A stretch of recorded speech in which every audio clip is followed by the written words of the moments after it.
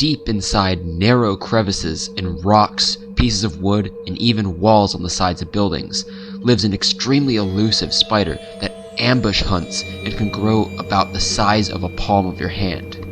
And today we are out in the marshlands of southeastern Florida on the search for this giant spider.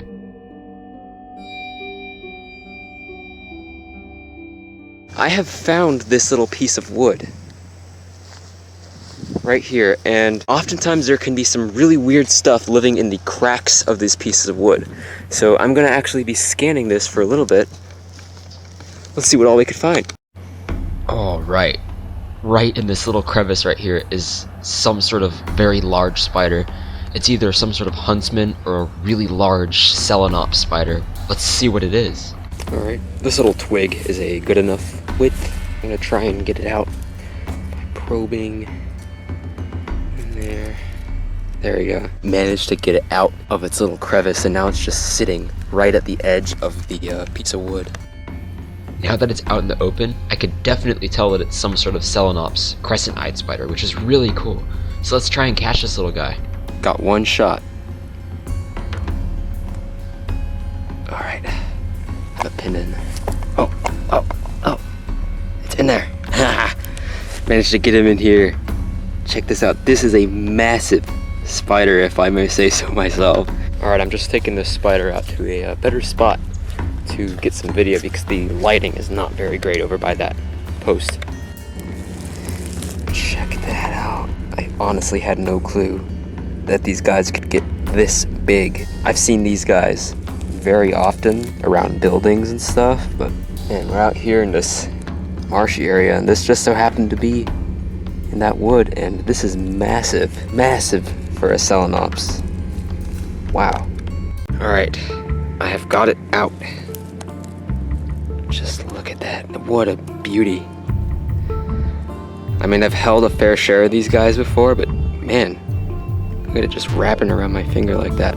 Alright guys, now these members of the genus Selenops are commonly colloquially known as flatties because look at that very flat appearance to the body. Now they use this very flat appearance as well as this gorgeous camouflage to their advantage. Now these guys could fit in extremely flat spaces. Now you've probably heard how spiders can really fit themselves into flat surfaces, but this guy right here especially can fit itself into some really tight areas. And as you can see, if they can't find a tight area, their camouflage can also allow them to blend perfectly on the sides of tree trunks and stuff like that. So just a really cool spider. Now I haven't been just calling this little guy a he for no reason. This is a male, and you can tell that this is a male spider because of those palpal bulbs. Now you might be wondering what a palpal bulb is.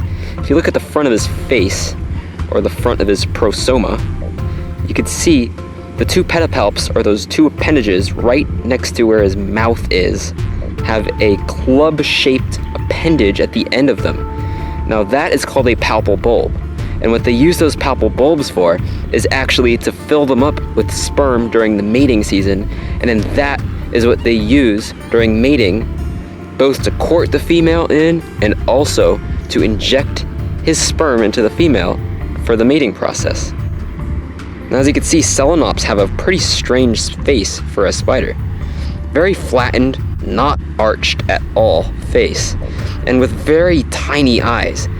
A lot of spiders have the middle eyes enlarged to help them for hunting, for actively hunting during the daytime and nighttime. But these guys, since they live in very flat spaces, have to flatten out their head too, and part of that flattening involves the eyes being very small. These guys spend a lot of their time in dark areas and are not very active hunters. You won't see these guys outside of their homes very often.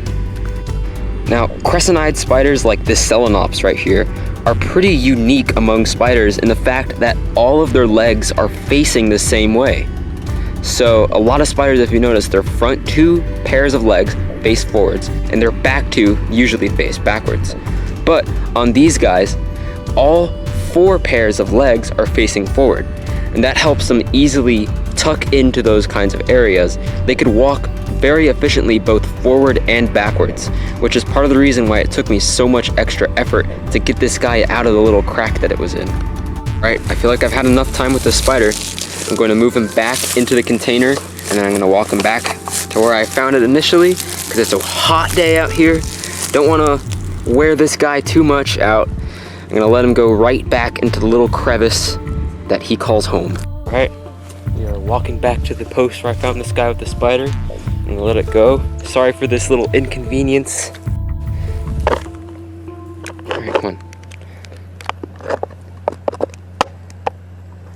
Do you not remember your home, you weirdo? Okay. There you go. Alright, go back in there, come on. There we go. If you enjoyed this video, then make sure to check out this video right here, where I free handle an absolutely massive banana spider, also in South Florida. Enjoy!